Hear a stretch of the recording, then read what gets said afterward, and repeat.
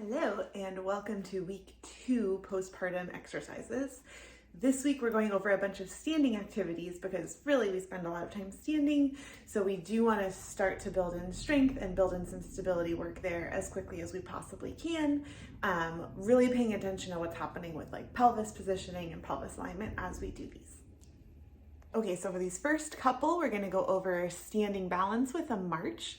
We're going to go over a standing clamshell, and we're also going to go over side steps.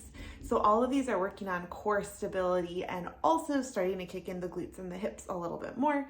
And then at the end, we'll also sneak in some double leg heel raises. So standing march, we want our rib cage and our pelvis relatively connected, so we don't want to be moving separately. You're going to think about pushing your standing leg into the floor.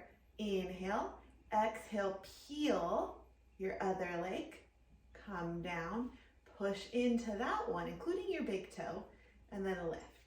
So we're trying to keep things relatively stable and still as we go. And you can tell that I'm rocking a little bit. So you push, push, push, and try to minimize that rock to the best of your ability. All right, next one we're gonna go over is the standing clam. Hands on hips, level pelvis, push your foot into the floor, leg comes up, so you're in kind of a tree pose. We don't wanna hike, we don't wanna drop, we don't wanna hinge. Try and be as level as you can. If this is tricky, just hang out here and breathe. If you can, you're opening and closing that standing or that floating leg. Then try and switch through the middle without too much of a wiggle. Push into the standing leg, lift up, open, and close. Keeping that as still as you can. This is tricky. You're aiming to be able to do 15 to 20 continuous ones eventually. You might be starting with 3 to 5.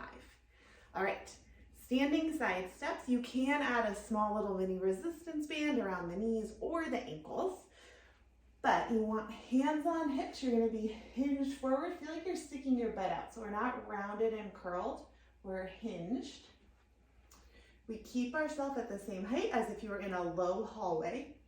And you just step to the side. And we're trying to, again, keep that connection. And then we step the other way. Ideally, you are able to do about 10 to 20 steps one direction before you switch. All right, final one here, we're gonna go over just very basic heel raises. I'm gonna turn to the side because what's happening through my pelvis and my core is very important for us postpartum. So you're pushing your feet into the floor, they're hip bone distance apart. Rib cage connects to pelvis. So think to push your feet in like that first set of videos I shared. When we push our feet in, it draws our core up and in. So we inhale, on your exhale, push, draw in, keep pushing, drawing in, which floats you up and down.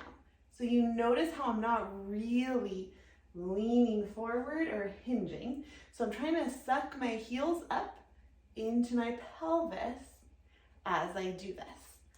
So I'll show you what that looks like down at my feet.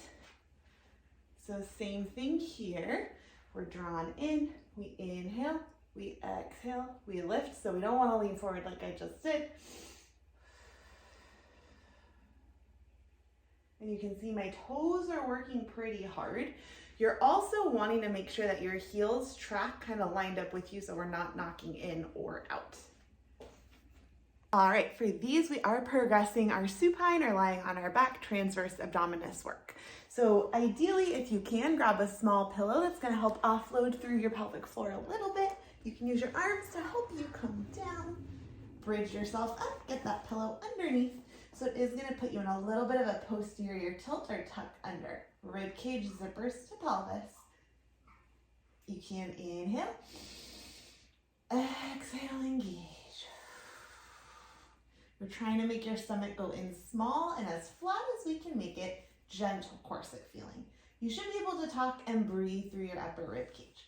From here, bring your arms to the ceiling, then you bring them overhead without letting that rib cage flare up, so we keep it connected. So arms up and over and down. Only going as far over as you can control. If that feels okay, we're gonna relax everything, then re-engage, ribcage to pelvis. We keep all that nice and smooth. Inhale, exhale. Keep pelvis still. Lift one leg, lower, lift, lower. We're minimizing any wiggle going on in through the core, and we're not letting any doming or flaring happen through here. It's pretty tricky. All right, relax off. Final piece is just some pelvis movement. So we're going back to those initial pelvic tilts. And then we're adding in a little bit of a dip, side to side.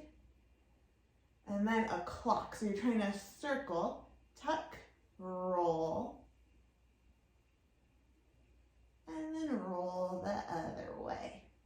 This one is a little bit interesting. What you're wanting to do is you're wanting to make sure that you're getting that kind of circular motion. So this is helping to just get those hip joints moving a little bit in your pelvis, but it's also helping to move in through that sacrum and that back where the ilium comes in to that sacrum, so that sacroiliac joint. Throughout the birthing process, that can get a little bit kind of overworked, moved into a funky position, or just kind of uncomfortable. So this is like nice WD-40 for that area. As always, thank you. Hopefully you found that helpful. Remember to like, subscribe if you're looking for more content, and be on the lookout for week 3 as well. All the week 1 videos are still appropriate to do at this point in time too.